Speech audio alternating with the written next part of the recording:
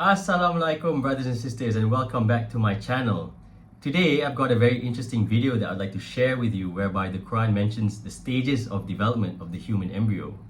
Now consider this: modern embryology is a fairly recent development which has its beginnings with the invention of the microscope only in the 17th century. Additionally, the concept of the human being developing in stages was not recognized until much later. Once again, if the information was based on previous knowledge known at the time, it would not have corrected the many superstitions and vague ideas about human development that were prevalent before. You could look at the works of maybe Aristotle to see what he thought of human development and see how he went wrong there. Whereby in the Quran, it is quite accurate. In fact, it's pinpoint accurate if you think about it. So let's have a look at the video and see for yourself what it has to say. The statements we're about to show you are from the Holy Quran, and is said to be the official, unchanged, pure word of God, revealed over 1400 years ago. Claiming to be the word of God is a heavy statement, and without proof, or if a single contradiction is found within the book, the apparent word of God will be proven false. So without further ado, let's put the book to the test.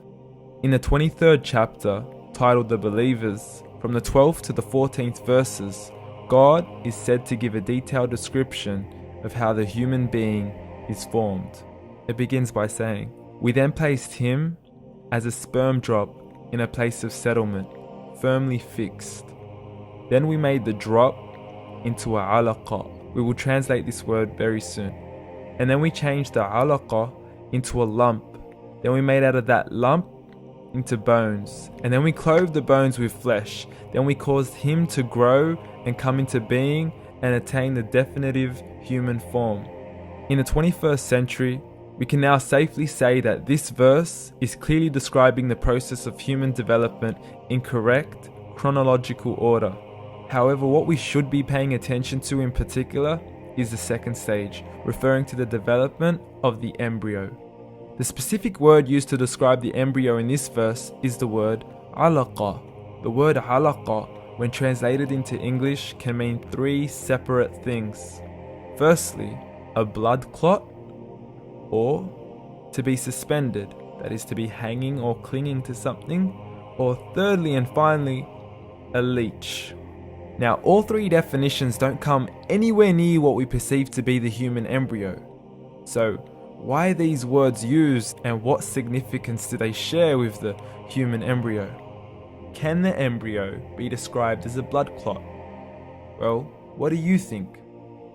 In the 3rd week of embryonic development, a tubular heart joins with the blood vessels to form a primordial cardiovascular system, and by the end of the 3rd week, the blood is circulating and the heart begins to beat on day 21. The first thing that comes to mind in regards to being suspended or hanging is the umbilical cord. But we can't use that example because we are simply referring to step 2, before the baby has even formed. But we now know today that the umbilical cord is formed from the connecting stalk. And the connecting stalk is formed as soon as the embryo is formed. The embryo's connecting stalk has even been described by John Allen and Beverly Kramer as an object to suspend the developing embryo in the extra-embryonic column. So an embryo is suspended and does have a strong resemblance with a blood clot. What on earth would an embryo have to do with a leech? Figure A shows the structure of an embryo at 25 days. Figure B shows a leech. Now please note once again that the embryo in this stage is no greater than the size of a kernel of wheat. This is an X-ray of the embryo at 22 days.